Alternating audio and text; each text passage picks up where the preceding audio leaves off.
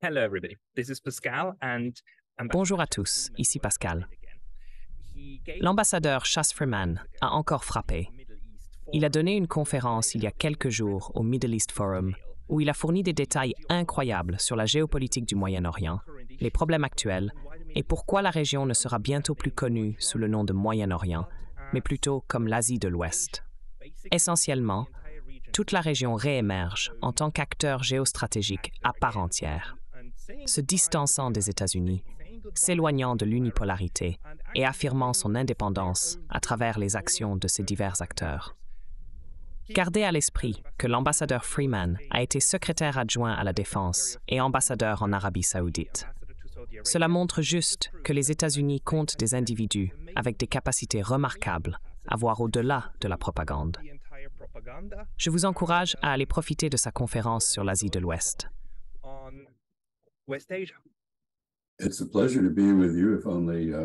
C'est un plaisir d'être avec vous, même si ce n'est que par vidéo. Je devrais probablement commencer par expliquer le titre plutôt étrange de mon exposé. Les noms font la différence. Ceux qui les attribuent révèlent leur perspective sur les lieux et les peuples qu'ils nomment. Au cours des 16e au 19e siècles, les Européens ont conquis et colonisé le monde, imposant leur perspective égocentrique sur sa géographie. Pour eux, l'Empire ottoman était le Proche-Orient, une région englobant l'Asie occidentale, l'Europe du Sud-Est et l'Afrique du Nord-Est. Puis, à la fin du 19e et au début du 20e siècle, lorsque les États-Unis sont devenus la composante prééminente de l'Occident autoproclamé, une perspective transatlantique a supplanté la perspective européenne. Du point de vue des Américains, les terres au sein de l'Empire ottoman en déclin étaient une zone intermédiaire entre l'Europe, le sous-continent eurasien à l'est des États-Unis et le sous-continent indien. C'est pourquoi Alfred Thayer Mahan a décidé qu'elle devrait être appelée le Moyen-Orient et non le Proche-Orient. Avec le temps, même les habitants de là-bas ont commencé à utiliser ce terme forgé par les Américains. Le plus grand journal du monde arabe aujourd'hui est Al-Sharq al-Awsat, ce qui signifie le Moyen-Orient. Ainsi, le nom persiste. Mais les personnes vivant dans la région n'acceptent plus passivement les définitions étrangères de la place de leur patrie dans les affaires mondiales. Le cosmopolitisme ottoman a disparu avec la chute de l'Empire ottoman et du califat.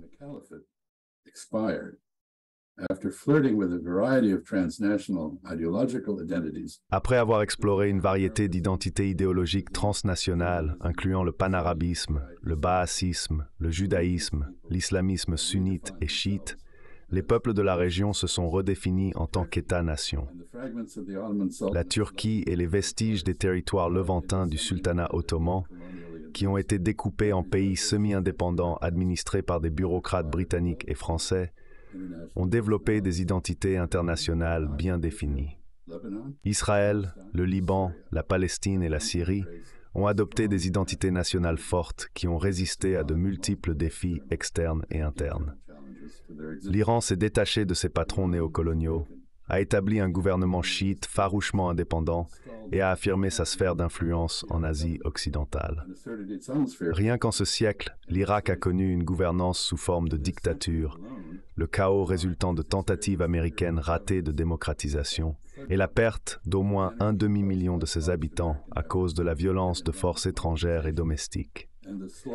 Israël s'est éloigné de la vision humaniste largement partagée du nationalisme juif primitif pour adopter une position sioniste contemporaine qui contredit les valeurs juives universelles.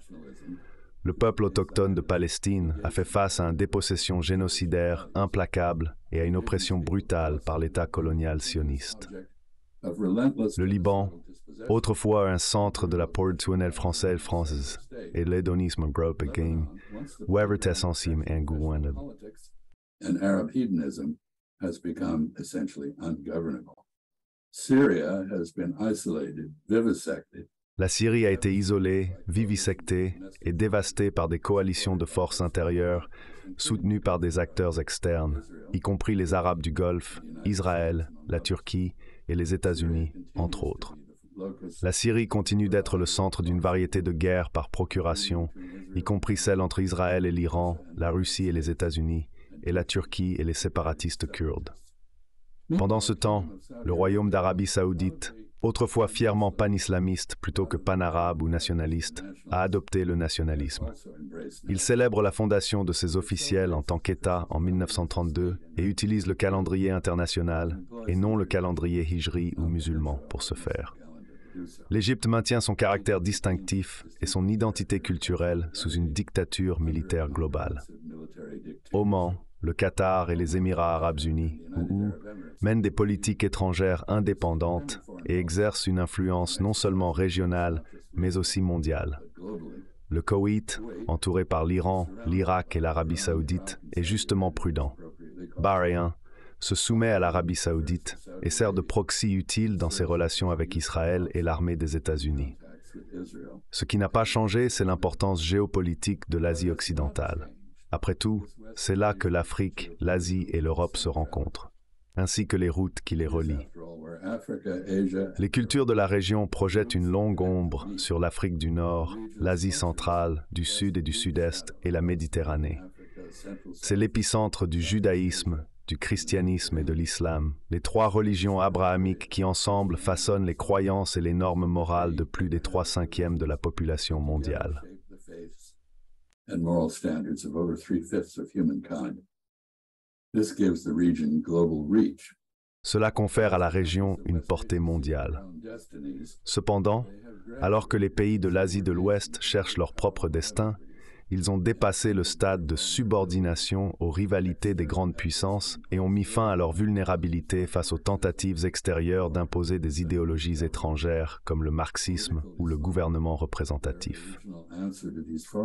L'islam politique, qui était leur première réponse à ces systèmes gouvernementaux étrangers, est en recul. Les peuples de la région se réinventent en accord avec leur propre tradition de monarchie, de dictature militaire, de politique consultative, de démocratie parlementaire ou de théocratie. L'ère de la domination étrangère sur le carrefour du monde, qui a commencé avec l'invasion et l'occupation de l'Égypte par Napoléon en 1798, est clairement révolue. Cela ne devrait pas nous surprendre. Cela fait près des 2/3 d'un siècle depuis que l'Égypte a forcé les Britanniques et les Français à céder le contrôle du canal de Suez. La Grande-Bretagne a abandonné ses ambitions impériales à l'est de Suez il y a 56 ans. Il y a 44 ans, les Iraniens ont expulsé leur shah qui avait été installé lors d'une infâme opération de changement de régime anglo-américaine un quart de siècle plus tôt. La guerre froide, qui a longtemps dominé la politique régionale, s'est terminée il y a 34 ans. Le 11 septembre, qui a profondément éloigné la région des États-Unis, s'est produit il y a plus de 2 décennies, soit une génération entière. Les soulèvements arabes de 2011 sont maintenant un souvenir lointain et confus pour tous, sauf pour ceux qui y ont participé. Le monde a subi un changement fondamental, et il en va de même pour l'Afro-Asie, l'Asie de l'Ouest et le Nord-Est de l'Afrique.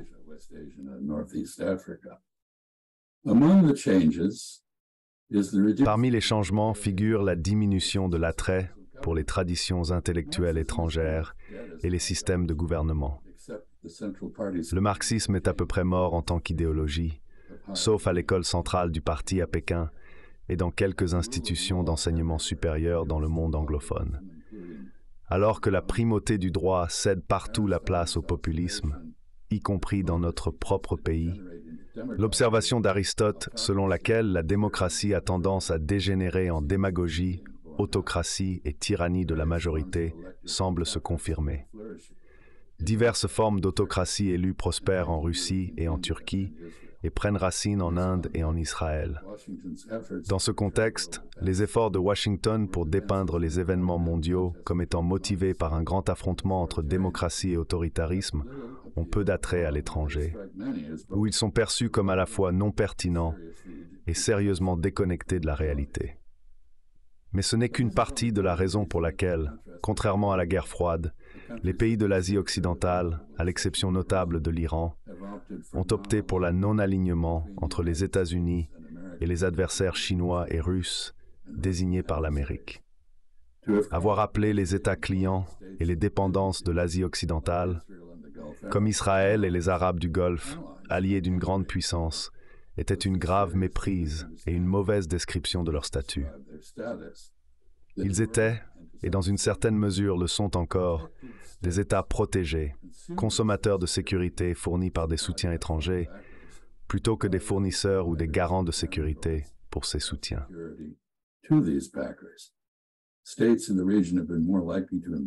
Les États de la région ont été plus enclins à impliquer leurs protecteurs dans les guerres qu'à les protéger de s'y retrouver empêtrés. Désormais, au lieu de s'aligner sur un seul protecteur, ces États ont cherché à se rapprocher de plusieurs grandes puissances, sans promettre de loyauté à aucune. L'Iran était à l'origine non aligné entre l'Est et l'Ouest. Cependant, des décennies de politique américaine d'ostracisme et de pression maximale n'ont laissé d'autre choix à l'Iran que de se tourner vers les adversaires de l'Amérique. L'Iran a sollicité leur aide pour repousser l'influence américaine hors de la région. En soutien à la guerre par procuration de Moscou contre les États-Unis en Ukraine, Téhéran a fourni des drones, des obus d'artillerie, des munitions de chars et d'autres systèmes d'armes à la Russie. Il collabore également avec l'Inde et la Russie pour développer le corridor de transport international Nord-Sud, ou INSTC, qui contournera la route maritime contrôlée par l'OTAN via le Bosphore et le canal de Suez. L'INSTC reliera la Russie au port iranien de Chabahar, connectant Moscou à Mumbai et à d'autres ports sur la côte ouest de l'Inde. Contrairement aux États-Unis, la Chine a travaillé dur pour maintenir de bonnes relations avec toutes les nations de la région, ce qui a particulièrement profité à l'Iran, lui permettant récemment de rétablir des relations normales avec des voisins arabes auparavant hostiles. Ce rapprochement a permis à l'Iran de briser l'embargo imposé par les Américains en ouvrant des opportunités de commerce et d'investissement avec les sociétés riches en capitaux de l'autre côté du golfe Persique.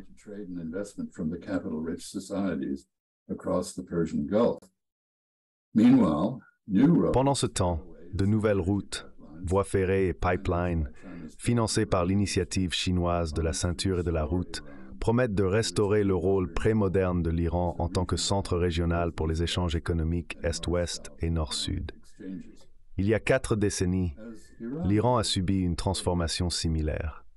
Maintenant, les États arabes de la région sont également en train de se libérer des relations de dépendance passées avec leurs anciens protecteurs.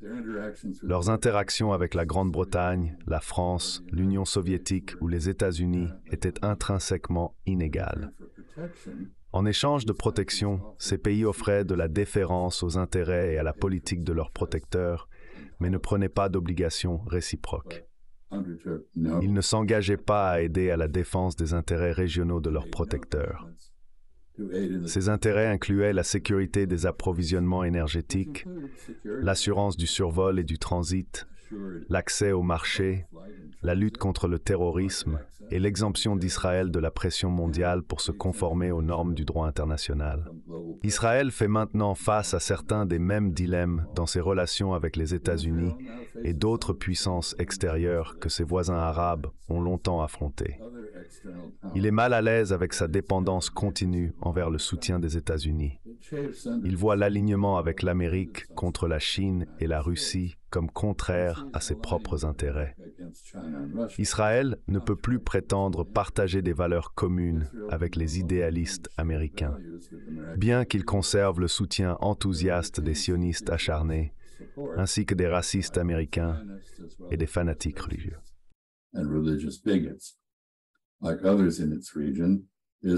Comme d'autres dans sa région, Israël subit la pression des États-Unis pour changer sa politique étrangère et intérieure. Cependant, la crainte de représailles politiques ou la perte de soutien électoral de la part du lobby américain pro-Israël continue de réprimer les critiques publiques d'Israël par les politiciens américains. Dans la dernière décennie du XXe siècle, une période que feu Charles Krauthammer a nommée de manière évocatrice le moment unipolaire dans les affaires mondiales, les États-Unis ont éclipsé tous les autres pouvoirs extérieurs en tant que protecteurs et mécènes des États arabes de la région et d'Israël. En 1973, en réponse à l'attaque surprise de l'Égypte sur les forces israéliennes occupant le Sinaï, les États-Unis ont fourni un soutien militaire massif qui a permis une contre-offensive israélienne réussie. Dans l'immédiat après-guerre froide, Washington est venu en aide aux Arabes du Golfe contre l'agression irakienne, mais a ensuite commencé à imposer des exigences idéologiques et autres qu'ils ont trouvées inappropriées et inacceptables. Après le 11 septembre, les Américains ont adopté l'islamophobie. Alors que la deuxième décennie du XXIe siècle commençait, les États-Unis non seulement ont échoué à soutenir des protégés de longue date comme Hosni Moubarak en Égypte contre le renversement, mais, au nom de la démocratie, semblaient applaudir leur éloignement du pouvoir. Ces événements ont privé les précédentes promesses de protection des États-Unis envers les États clients et leurs dirigeants en Asie occidentale de presque toute crédibilité.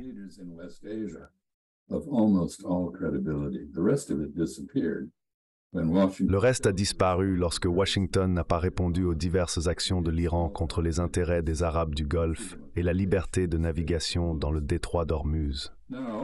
Maintenant, alors que les Arabes du Golfe prennent leur distance avec la déférence passée et la dépendance exclusive envers les États-Unis, ils ne cherchent pas et n'accepteront pas de subordination à la Chine, à l'Inde, à la Russie ou à d'autres pays extérieurs à leur région. La protection de ces autres acteurs externes n'est pas proposée. Ce qui se passe n'est pas, comme l'affirme sans réfléchir Washington, une tentative de la Chine, de la Russie ou de toute autre grande puissance de remplacer l'hégémonie américaine dans le soi-disant Moyen-Orient par la leur. Les États de la région ne sont ni ouverts à, ni en quête de relations de dépendance alternatives. Ils cherchent au contraire à poursuivre activement l'autonomie stratégique en se diversifiant loin de la surdépendance politique et économique envers les États-Unis.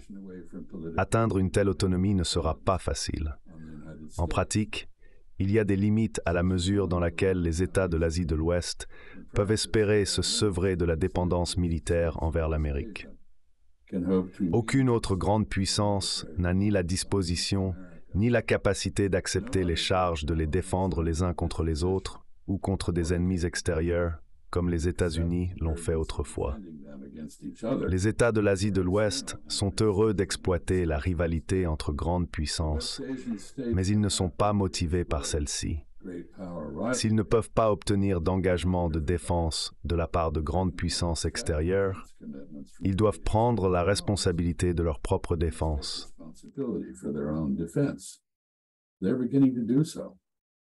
Israël fait face à une transition particulièrement difficile.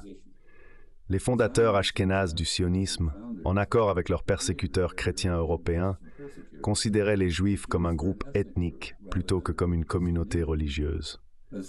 Le sionisme revendiquait que les Juifs, à l'instar d'autres minorités ethniques dans les empires européens en déclin, avaient droit à l'autodétermination. Les sionistes cherchaient l'indépendance juive dans la mythique patrie juive de Palestine.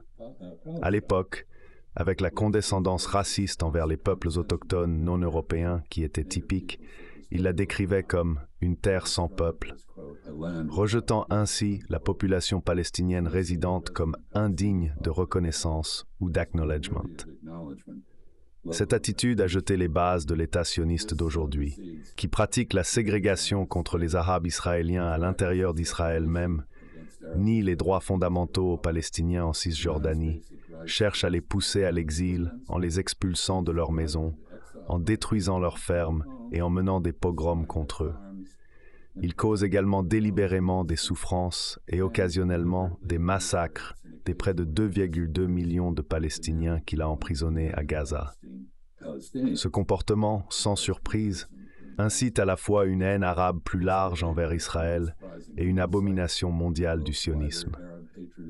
Il met également en péril les accords d'Abraham parrainés par les États-Unis en les faisant apparaître comme un projet cynique de familles dirigeantes arabes autocratiques, imposées malgré l'opposition de la plupart de leurs sujets, qui continuent de voir Israël comme un État colonial anti-arabe intrinsèquement illégitime, soutenu par l'étranger.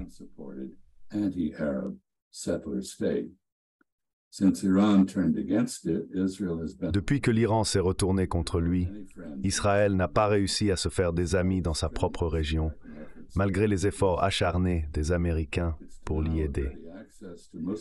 Son refus d'accorder un accès facile aux musulmans cherchant à prier à la mosquée Al-Aqsa à Jérusalem, qui est bien sûr la troisième ville la plus sainte de l'islam, sans parler des extrémistes juifs qui intensifient les assauts sur le site, offense la communauté musulmane mondiale. Seulement en Inde, où le hindutva est en hausse, les extrémistes israéliens ont trouvé un nationalisme religieux correspondant à leur propre antipathie envers le christianisme et l'islam.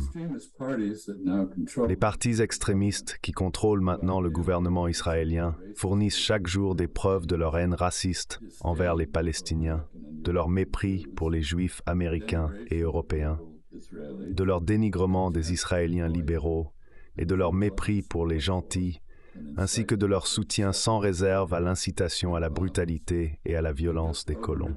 Ils viennent de passer outre à l'indépendance du pouvoir judiciaire de leur pays. Ils proposent de donner au gouvernement le pouvoir d'enfermer les citoyens israéliens juifs en détention provisoire, de la même manière qu'il a longtemps emprisonné les Palestiniens apatrides. Ces extrémistes créent un fossé profond entre les Israéliens juifs, déstabilisant le Mid-Israël, catalysant une perte de confiance dans l'avenir d'Israël et provoquant la fuite des investisseurs étrangers. Les rues restent remplies de manifestants et une grande partie de l'armée de l'air israélienne est actuellement en grève. L'observation perspicace d'Abraham Lincoln en 1858, selon laquelle une maison divisée contre elle-même ne peut pas tenir, semble très pertinente pour l'avenir d'Israël.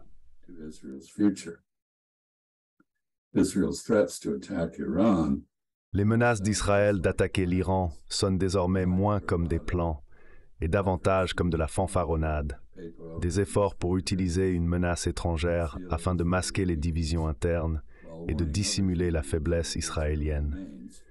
Ces menaces servent également d'avertissement aux autres dans la région que Israël reste une puissance militaire de premier plan. Les excès sionistes ne divisent pas seulement les Israéliens, poussant beaucoup à émigrer, mais ils désillusionnent et éloignent également sérieusement les Juifs précédemment sympathisants et soutiens en Europe et dans les Amériques. Leur soutien, ainsi que celui des chrétiens fondamentalistes, a été aussi essentiel au maintien d'Israël que le soutien des catholiques européens l'a été pour la survie du royaume croisé de Jérusalem du XIe au XIIIe siècle. Israël trouvera plus difficile que ses voisins arabes de diversifier les sources de son soutien international. Aucune grande puissance, à part les États-Unis, ne semble prête à ignorer, encore moins à subventionner, l'oppression brutale d'Israël envers ses populations arabes captives. Alors que le rôle et le statut international de ses voisins arabes grandissent, la volonté des grandes puissances extérieures de les offenser ne peut que diminuer. Pendant ce temps, les efforts d'Israël pour éviter de prendre parti dans la guerre en Ukraine, malgré sa dépendance vis-à-vis des États-Unis et sa grande population russophone, ne l'ont pas rendu plus cher, ni à Washington, ni à Moscou. Certains oligarques russes et ukrainiens opposés au président russe Vladimir Poutine résident maintenant en Israël ou revendiquent la citoyenneté israélienne. Les États-Unis se sont fermement opposés à l'ouverture d'Israël envers la Chine.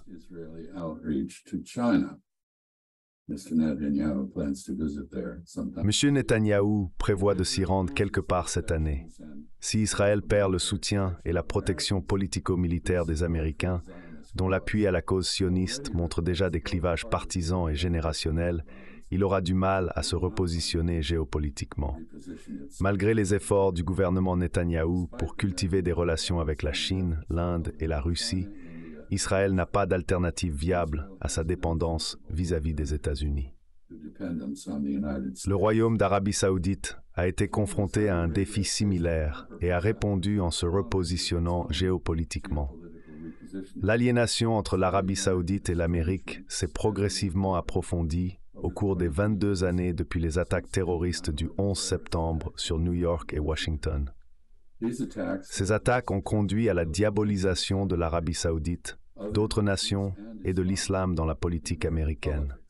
L'incapacité des Américains à distinguer entre l'établissement saoudien et ses ennemis d'Al-Qaïda a choqué les Saoudiens précédemment pro-américains, y compris la famille régnante des Al Saoud. L'échec de Washington à soutenir les foules qui ont renversé Hosni Moubarak, son allié de longue date, du pouvoir en Égypte en 2011, a érodé la confiance des Al Saoud et d'autres dirigeants arabes qui comptaient sur le soutien des États-Unis. Leurs préoccupations se sont accrues lorsque les États-Unis n'ont pas répondu aux attaques soutenues par l'Iran contre les installations pétrolières saoudiennes et émiraties, ainsi que contre la navigation dans le détroit d'Ormuz et les bases militaires à Abu Dhabi.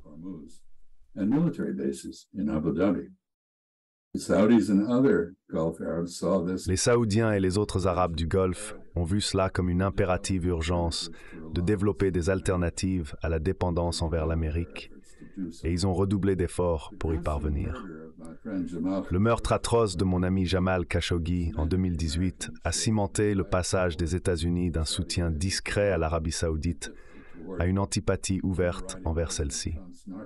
Ce changement a surpassé la minuette narcissique du président Trump avec le Royaume et a conduit le candidat présidentiel Joe Biden à promettre de faire du Royaume et du prince héritier Mohammed Ben Salman des parias internationaux. Une fois en fonction, le président Biden a découvert que les intérêts américains nécessitent une relation cordiale et coopérative avec le Royaume, ce qui l'a conduit à un effort tardif pour courtiser à la fois celui-ci et le prince héritier Mohammed. Cependant, cela n'a pas réussi. Un opprobre exprimé localement, même s'il est formellement rétracté, n'encourage pas la fidélité. Les politiques américaines basées sur une diplomatie dénonciatrice, un soutien inconditionnel à Israël et une animosité totale envers l'Iran ont clairement dépassé leur date de péremption dans les États du Golfe arabe. Au lieu de renouveler sa précédente déférence envers les États-Unis, l'Arabie saoudite a construit une solide relation consultative avec la Russie, qu'elle a maintenant efficacement intégrée à l'OPEP. Elle a également courtisé la Chine, son plus grand et plus prometteur marché d'exportation et sa plus grande source d'importation. Le Royaume normalise ses relations avec l'Iran, portant un coup dur au plan américano-israélien visant à unir les États arabes du Golfe et Israël dans une coalition anti-iranienne.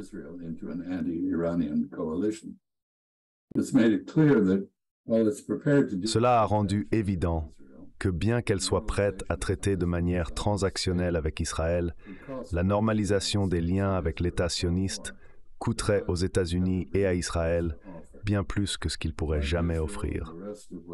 Comme Israël et le reste de l'Asie de l'Ouest, à l'exception de l'Iran, l'Arabie saoudite a refusé de s'aligner avec l'Occident ou la Russie dans la guerre en Ukraine.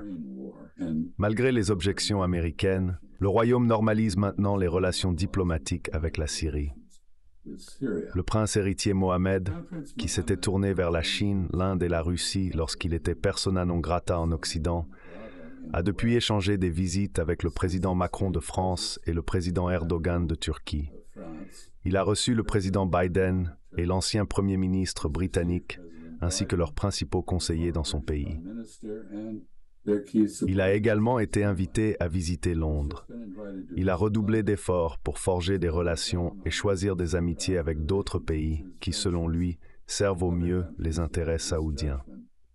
En conséquence, avec les Émirats arabes unis et le Qatar, qui ont également adopté des politiques étrangères basées sur le réalisme politique qui contourne ou défie la primauté américaine, le Royaume est apparu comme une puissance de rang intermédiaire avec une portée mondiale significative.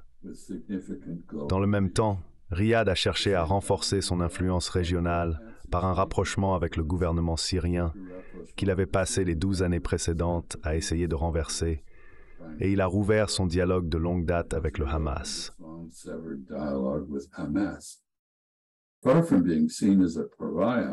Loin d'être considéré comme un paria, l'Arabie saoudite est désormais largement courtisée en tant qu'acteur clé dans la géopolitique et la finance mondiale et régionale. Elle a la capacité d'offrir ou de retenir une coopération ou une acquiescence cruciale sur de multiples questions d'intérêt mondial. Considérez par exemple la conférence de paix à Jeddah qui a eu lieu hier. Les Saoudiens l'auraient convoquée en réponse à une demande des États-Unis pour leur aide dans l'élargissement du soutien à l'Ukraine dans le Sud global. La garde par l'Arabie saoudite de 2 des 3 villes saintes de l'islam renforce ses liens humains avec les environ 2 milliards de membres de la communauté musulmane mondiale. Pour ces membres, il est un devoir religieux d'effectuer les pèlerinages du Hajj ou de l'Umrah. Sous le prince héritier Muhammad, le royaume a tempéré sa version particulièrement étroite de l'islam et s'est rapproché des traditions tolérantes de la religion. La direction du royaume de l'Organisation de la coopération islamique et de la coalition militaire islamique de lutte contre le terrorisme a réduit les frictions antérieures avec d'autres sociétés musulmanes plus permissives. La réduction des contraintes religieuses sur le comportement individuel et collectif dans le royaume a commencé à permettre l'épanouissement des talents des femmes. Cela a également facilité la volonté étrangère d'investir dans l'économie non pétrolière en expansion de l'Arabie saoudite et dans les méga-projets qu'elle a lancés dans le cadre de sa vision 2030. L'Arabie saoudite est loin d'être la seule à chercher à élargir et diversifier ses relations politiques et économiques internationales.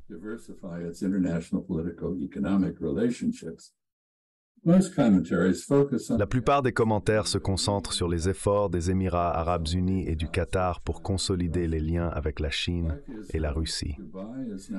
Comme Israël, Dubaï est devenu un refuge majeur pour les Russes, cherchant à éviter les complications dans leur pays créées par les sanctions occidentales.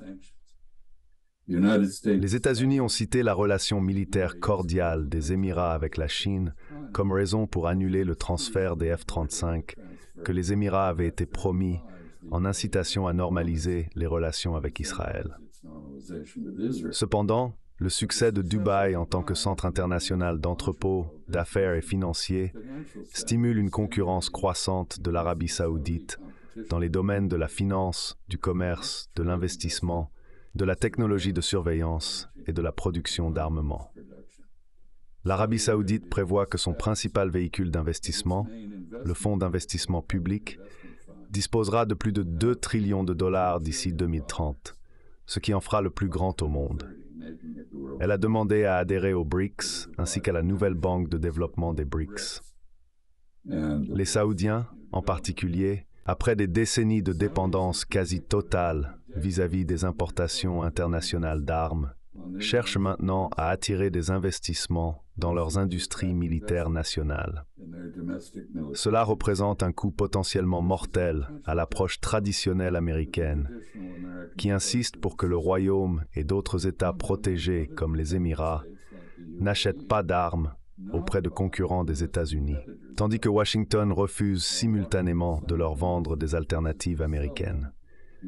Les politiques américaines qui assimilent la sécurité au militarisme ignorent les facteurs politiques, économiques, commerciaux et culturels et comptent sur les sanctions et l'ostracisme plutôt que sur le dialogue diplomatique, se sont avérées être sérieusement contre-productives.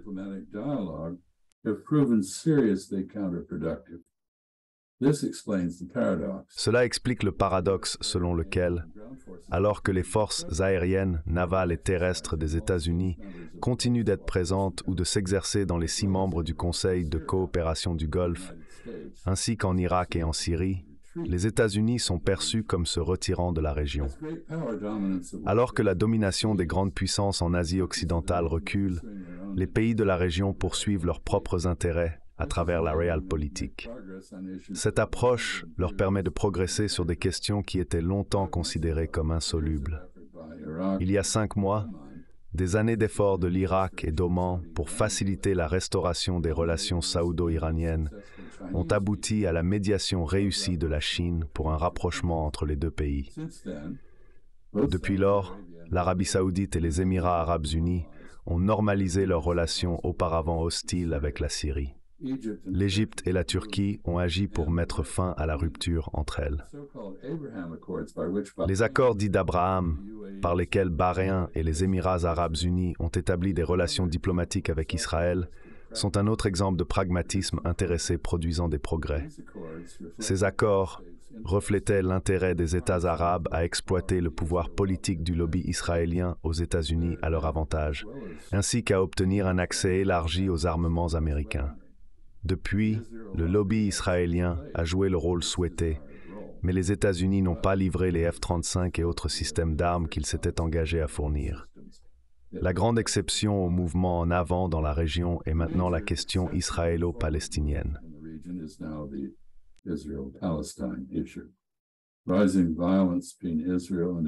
L'escalade de la violence entre Israël et ses populations arabes captives a interrompu le développement des liens ouverts d'Israël avec les États arabes et est en train d'aliéner Israël de l'Occident. L'acceptation régionale d'Israël, aussi souhaitable soit-elle, dépend de l'acceptation par Israël des droits de ses citoyens arabes. Cependant, il n'y a actuellement aucune preuve d'une volonté américaine ou israélienne de s'attaquer à cette question. Il n'y a pas eu de processus de paix depuis des décennies, et il est devenu évident que ce qu'Israël entend par paix est la reddition palestinienne à la suprématie juive et à la dépossession. Malheureusement, les États-Unis sont maintenant incapables d'exercer un leadership efficace sur l'une de ces questions. Washington n'a pas de lien avec Téhéran ou Damas. Il a des relations tendues avec Riyad, des relations tendues avec Ankara, des relations stagnantes avec le Caire et des relations mutuellement exaspérées et en détérioration avec Jérusalem. L'éloignement de la région vis-à-vis des États-Unis se reflète dans les efforts des pays de la région pour rejoindre les organisations dites des BRICS et de coopération de Shanghai et pour utiliser des monnaies autres que le dollar pour le règlement commercial. Bien qu'ils ne souhaitent pas sacrifier leurs relations avec les États-Unis, les puissances régionales, y compris l'Arabie saoudite, les Émirats arabes unis et l'Égypte, ont signalé qu'ils ont l'intention de profiter pleinement de ces nouvelles ouvertures alors qu'ils se préparent à un monde multipolaire post-américain. La dédollarisation fait partie de cette évolution.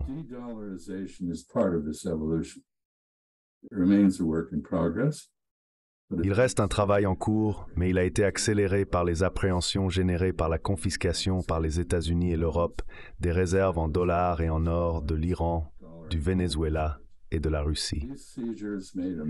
Ces saisies ont tourné en dérision les responsabilités fiduciaires des banques centrales. Elles ont souligné la réalité selon laquelle les États-Unis et leurs alliés occidentaux établissent et rompent maintenant les règles de l'ordre international de l'après-Seconde Guerre mondiale, comme bon leur semble. Elles ont soulevé de sérieux doutes quant à la mesure dans laquelle le dollar conserve de la valeur. Malgré le risque accru lié à la détention de dollars, l'accord pétrodollar de 1973 reste en vigueur pour l'instant. Cet accord, que beaucoup ont oublié, a permis au dollar qui venait de devenir une monnaie fiduciaire, n'étant plus adossé à l'or, de continuer à servir de moyen universel de transaction sur les marchés des matières premières, comme l'énergie et les matières brutes. En vertu de cet accord, les Saoudiens, et par extension les autres membres de l'OPEP, ont accepté de maintenir leurs réserves de devises en dollars et de réinvestir tous les dollars qu'ils reçoivent pour leur pétrole aux États-Unis. La capacité des États-Unis à imprimer de l'argent plutôt qu'à exporter des biens et services pour équilibrer ses importations est à la fois unique et la base de la primauté mondiale américaine. Cependant, l'avantage indéfini conféré à l'Amérique par une telle hégémonie monétaire ne peut plus être considéré comme acquis. Beaucoup est en jeu pour les États-Unis avec les États nouvellement conflictuels de l'Asie occidentale. La région reste un élément central de la géopolitique mondiale, mais elle n'est plus une sphère d'influence américaine.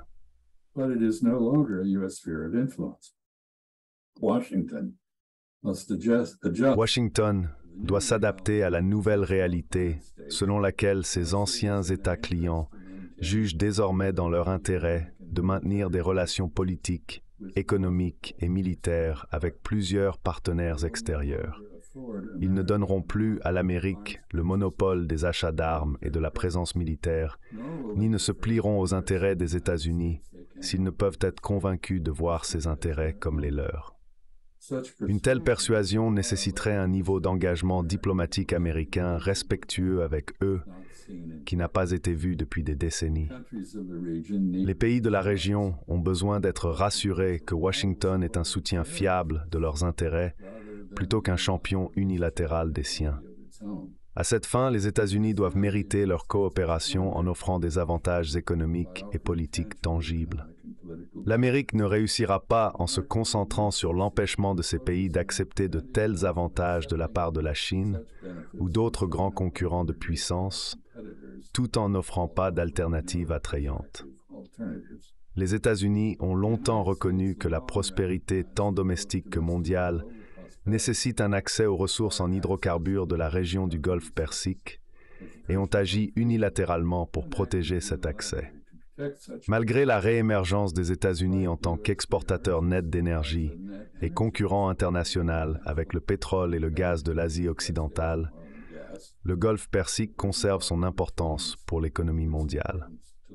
Cependant, la volonté et la capacité des Américains à assumer seuls l'ensemble du fardeau de la protection de l'accès d'autres nations aux hydrocarbures du Golfe ne sont plus ce qu'elles étaient.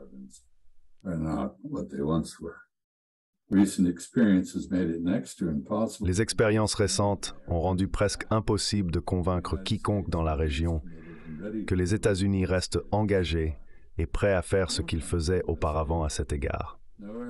Aucun pays en Asie de l'Ouest, aucun pays arabe, pas même Israël, ni aucun autre pays, n'est désormais prêt à compter exclusivement sur les États-Unis pour protéger son identité nationale ou son commerce énergétique. Il y a un intérêt croissant dans la région et au-delà pour des alternatives aux garanties américaines déclinantes d'accès mondial à l'énergie dont le monde a besoin pour prospérer. De telles alternatives doivent être fondées sur le renforcement des capacités de défense individuelles et collectives des producteurs d'énergie de la région, ainsi que sur des accords entre eux pour ne pas entraver les exportations des autres. Les principaux pays vers lesquels ils exportent devraient également être impliqués. Autant les États-Unis pourraient préférer restreindre la coopération diplomatique et navale aux soi-disant alliés, cela ne serait pas suffisant. La Chine est maintenant le plus grand importateur de pétrole et de gaz du Golfe Persique, suivi par l'Inde. Les deux doivent faire partie de tout arrangement de sécurité multinationale et déployer une structure de force efficace pour le soutenir. La condition préalable à un partage efficace des charges est un accord entre les grandes puissances extérieures pour mettre de côté leur rivalité militaire dans le Golfe Persique au profit de la protection d'un intérêt commun à soutenir la prospérité mondiale, ainsi que leur propre bien-être.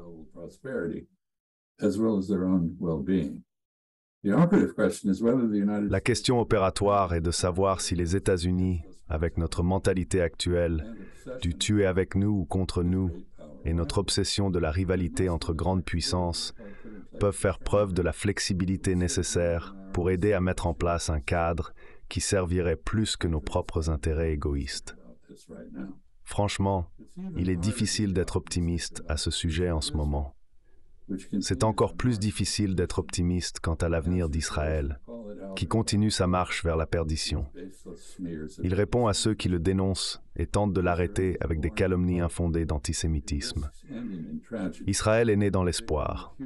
Il risque de finir en tragédie, victime de l'hubris et de l'inattention aux lamentations et aux avertissements de ses bienfaiteurs. La chute d'Israël, si elle se produit, ne sera pas imposée par la résistance palestinienne à ses injustices, ni par l'hostilité de ses voisins arabes. Elle serait de ses propres mains, avec plus qu'un peu d'aide de ses amis américains. Malheureusement, les États-Unis ont été autant les facilitateurs de la descente d'Israël dans des pratiques autodestructrices et répréhensibles que toute personne qui donne de l'argent à un alcoolique pour acheter de l'alcool. Un soutien inconditionnel à Israël reste essentiel pour extraire des contributions de campagne des sionistes américains de salon. Mais il ne crée qu'un risque moral pour Israël et en fait un fardeau pour la politique étrangère des États-Unis. Les subventions américaines pour Israël et l'insistance sur son exemption unique des normes du droit international, plus que tout le reste, amènent le monde à accueillir avec scepticisme, frôlant la dérision, les prétentions des États-Unis à soutenir la justice, les droits humains et la démocratie. Bordering on derision. Unless À moins et jusqu'à ce que le soutien des États-Unis prenne fin, Israël continuera des comportements qui déshonorent le judaïsme, créent des ennemis pour lui-même et pour les États-Unis, et mettent en péril non seulement sa position morale, mais aussi sa viabilité même en tant qu'État-nation. Permettez-moi de conclure. Pour le meilleur ou pour le pire, l'Asie occidentale a acquis un dynamisme qui exige la réévaluation et l'ajustement des politiques américaines de longue date. Les relations entre ces pays et entre eux et le monde extérieur changent. Une adhésion rigide aux partenariats historiques ne sert pas les intérêts américains.